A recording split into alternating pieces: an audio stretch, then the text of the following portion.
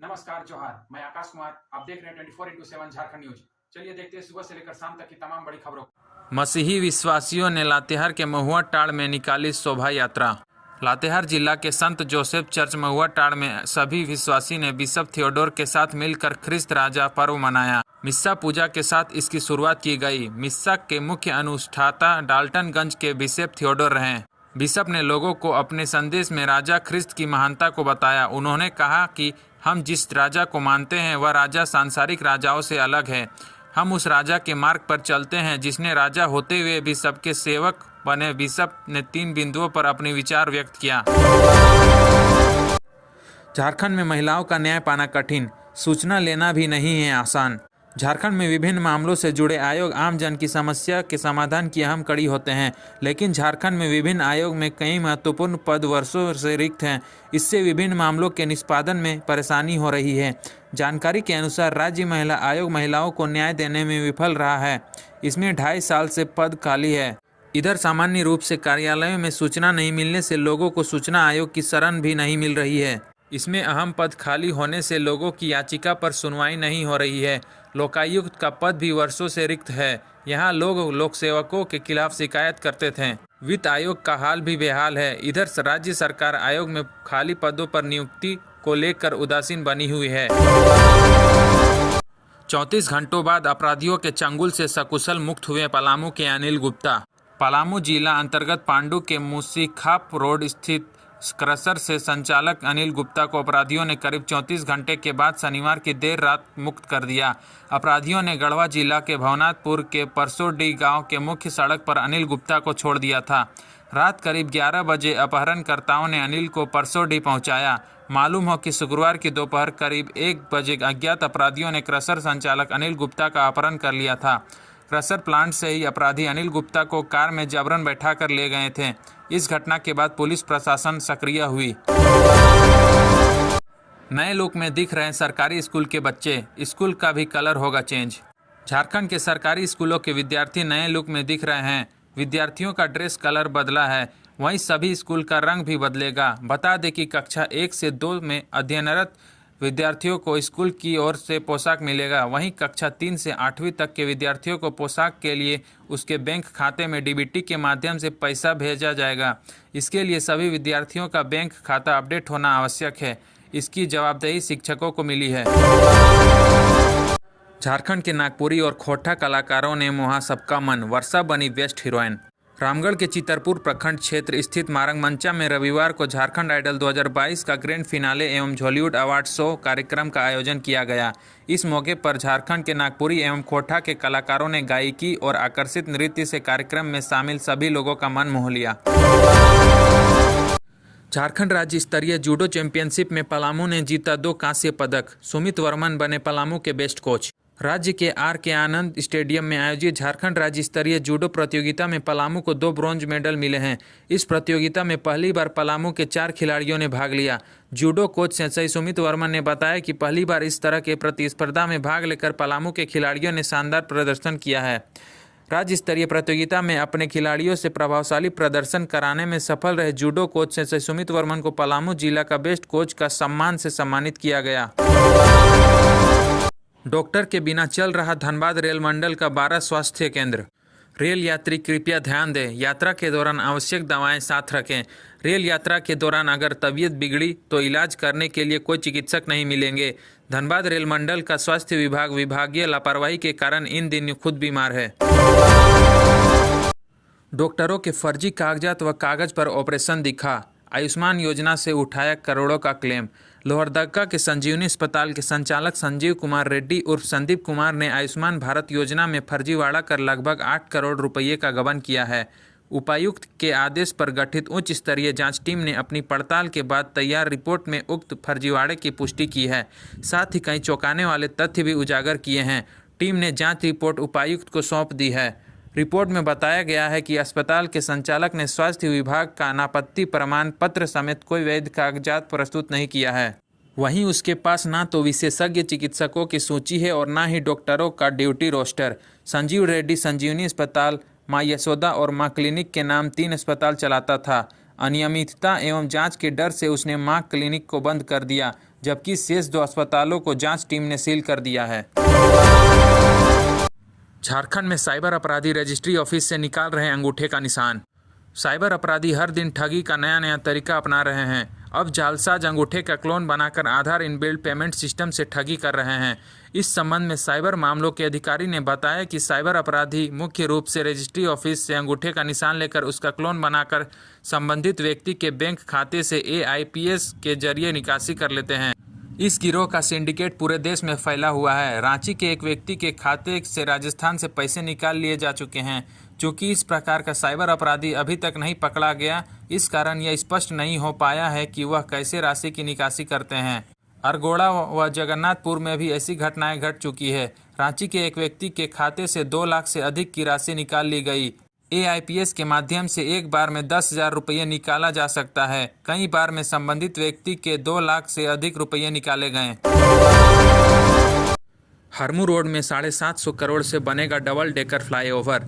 नए तकनीक से होगा निर्माण, DPR तैयार। राजधानी में हरमू चौक से रातू रोड चौराहा से आगे तक डबल डेकर फ्लाईओवर बनेगा। इसके ऊपरी तल की ऊंचाई करीब 60 फीट की होगी, जबकि दोनों तल 3-3 लेन वाले होंगे, यानी यह फ्लाईओवर कुछ 6 लेन का होगा। पथ निर्माण विभाग द्वारा कंसल्टेंट के रूप में नियुक्त की गई रांची की कंपनी स्पर्श ने इसकी DPR तैयार किया है। करीब 4 किलोमीटर लंबे इस फ्लाईओवर का प्राकलन लगभग 750 करोड़ रुपये का बना है। इस प्रोजेक्ट को 2 साल में पूरा करने का लक्ष्य रखा गया है। प्रस्तावित फ्लाईओवर रातू रोड में बनने वाले एलिवेटेड रोड के ऊपर से गुजरेगा। पूर्व में हरमू फ्लाईओवर के लिए बनाई जा रही योजना में रातू रोड एलिवेटेड रोड को लेकर संकट हो रहा था, लेकिन इस फ्लाईओवर से समस्या नहीं होगी। रांची में फिल्म गैंग्स ऑफ वासेपुर के लेखक जीशान कादरी पर ठगी का केस दर्ज। चर्चित फिल्म गैंग्स ऑफ वासेपुर के लेखक जीशान कादरी पर केस दर्ज कराया गया है। यह केस ठगी मामले को लेकर किया गया है। जीशान कादरी पर केस रांची के हिंदपीढ़ी थाने में दर्ज कराया गया है। दर्ज कराए गए केस में उन पर लाखों रुपये की ठगी करने का आरोप लगाया गया है। जीशान कादरी पर प्राथमिकी एक होटल संचालक ने लगाया है। झारखंड के कई विवि कॉलेजों की ऑटोनॉमस की अवधि खत्म, फंड पर होगा संकट। झारखंड के कई विवि और कॉलेजों की नेक से मान्यता व ऑटोनॉमस दर्जा की अवधि पूरी हो गई है। UGC के नियमानुसार ऑटोनॉमस का दर्जा नहीं रहने और नेक से मान्यता नहीं रहने के कारण सरकारी अनुदान से वंचित होना पड़ेगा। ऑटोनॉमस विस्तार के लिए प्रक्रिया पूरी करनी होगी। विस्तार नहीं मिलने की स्थिति में कॉलेज की डिग्री की वैधता, परीक्षा संचालन व अन्य कामकाज में तकनीकी अड़चनें आ सकती है। UGC द्वारा फंड मिलने की भी संभावना कम हो जाएगी। झारखंड विधानसभा स्थापना दिवस 22 नवंबर को 3 दिनों तक होंगे कार्यक्रम। विधानसभा के 22वें स्थापना दिवस के मौके पर 3 दिनों तक कई कार्यक्रम आयोजित किए जाएंगे। 22 नवंबर को विधानसभा के स्थापना दिवस समारोह के मौके पर उत्कृष्ट विधायक के रूप में चयनित विनोद सिंह और सभा के उत्कृष्ट कर्मियों को सम्मानित किया जाएगा। कार्यक्रम में राज्यपाल रमेश बैस उद्घाटनकर्ता होंगे। वहीं मुख्यमंत्री हेमंत सोरेन मुख्य अतिथि के रूप में मौजूद होंगे। भाजपा ने कहा, भ्रष्ट सरकार के खिलाफ आंदोलन, लगा हेमंत हटाओ झारखंड का नारा। भारतीय जनता पार्टी ने रांची से जन आक्रोश रैली की शुरुआत की है। रांची में आज भाजपा ने रैली निकालते हुए हेमंत हटाओ झारखंड बचाओ का नारा लगाया गया। भारतीय जनता पार्टी द्वारा आयोजित जन आक्रोश यात्रा में कार्यकर्ताओं के साथ उपायुक्त कार्यालय का घेराव किया गया। इस दौरान प्रमुख रूप से भाजपा के प्रदेश अध्यक्ष श्री दीपक प्रकाश जी सहित अन्य वरिष्ठ नेता व कार्यकर्ता मौजूद रहे। 21 नवंबर से भाजपा प्रदेश सरकार धनबाद एसीपी की टीम ने सरायकेला थाने के एसआई को 6000 घूस लेते किया गिरफ्तार। दारोगा राजेंद्र उरांव केस डायरी लिखने के एवज में ये रुपये मांग रहे थे। भुक्तभोगी ने इसकी शिकायत एसीपी से की थी। मामले के सत्यापन के बाद एसीपी ने जाल बिछाकर आरोपी दारोगा को रंगे हाथ गिरफ्तार कर लिया। ड्यूटी के दौरान पूर्ण विकलांग होने पर अब मिलेंगे 7.5 लाख रुपये। ड्यूटी के दौरान हिंसक घटनाओं और दुर्घटना में घायल पुलिस कर्मियों, सरकारी सेवकों और झारखंड में तैनात केंद्रीय बलों के जवान के पूर्ण दिव्यांग होने पर अब सरकार अधिकतम 7.5 लाख रुपये देगी। अभी यह राशि 3.5 लाख रुपये है। गृह विभाग ने इसका प्रस्ताव तैयार किया है। राज्य में साल 2002 के बाद से ड्यूटी के दौरान पूर्ण दिव्यांगता अनुग्रह अनुदान राशि में संशोधन नहीं किया गया है। वित्त विभाग के सितंबर 2019 में पारित संकल्प के अनुसार अब इसमें संशोधन किया जा रहा है। इससे लागू होने पर खास तौर पर पुलिस कर्मियों को ज़्यादा लाभ होगा। HEC कोर कैपिटल में 43.5 एकड़ जमीन पर बनेगा 70 विधायकों के लिए डुप्लेक्स।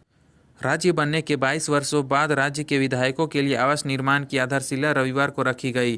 धुरवा स्थित कोर कैपिटल एरिया में कुल 70 विधायकों के लिए G+1 डुप्लेक्स का निर्माण शुरू किया गया। कुल 43.50 एकड़ जमीन पर आवासों का निर्माण होगा।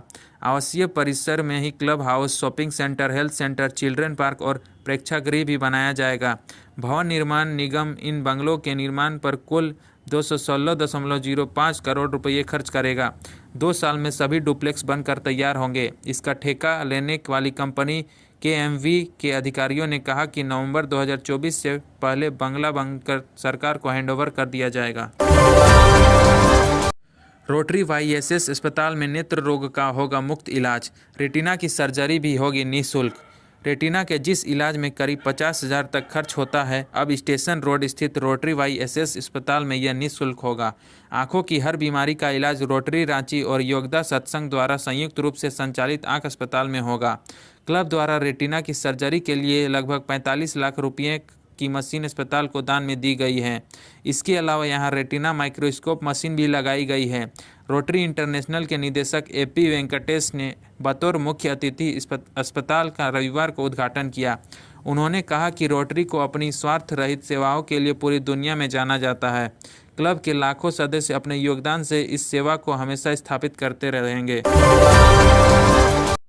स्टूडेंट्स दाखिला वापस लेते हैं तो लौटाना होगा शिक्षण शुल्क।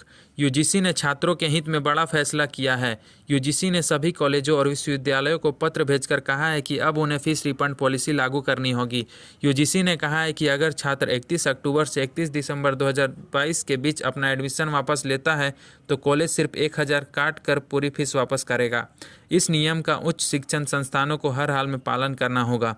UGC का कहना है कि यह निर्णय उसने अभिभावकों को होने वाली वित्तीय परेशानियों को देखते हुए किया है। धनबाद के अंगीभूत कॉलेजों में इंटरमीडिएट की पढ़ाई से संस्थान को लाभ, पर रिजल्ट बेहतर नहीं। झारखंड के राज्यपाल रमेश बैस ने राज्य के अंगीभूत कॉलेजों में जारी इंटरमीडिएट की पढ़ाई पर सवाल उठाया है। उन्होंने इंटरमीडिएट की पढ़ाई के लिए कॉलेजों में अलग से शिक्षक नहीं रखने पर भी सवाल उठाया है। धनबाद में सभी 7 अंगीभूत कॉलेजों में इंटरमीडिएट की पढ़ाई होती है, लेकिन इनमें से 3 कॉलेजों को छोड़ अन्य 4 में इनकी पढ़ाई के लिए अलग से कोई शिक्षक नहीं है। धनबाद में SSNLT महिला कॉलेज, सिंदरी कॉलेज और RS मोर कॉलेज में इंटर की पढ़ाई के लिए कुछ शिक्षक रखे गए हैं, लेकिन अन्य 4 PK, Roy memorial college, RSP college, BSK college Maithon और कतरास कॉलेज कतरास में इंटर के लिए अलग से एक भी शिक्षक नहीं है। झारखंड में पिछली बार निकाय चुनाव लड़ने वाले 641 प्रत्याशी अयोग्य घोषित। झारखंड निर्वाचन आयोग ने कुल 641 प्रत्याशियों को आगामी नगर निकाय चुनाव लड़ने से अयोग्य घोषित कर दिया है।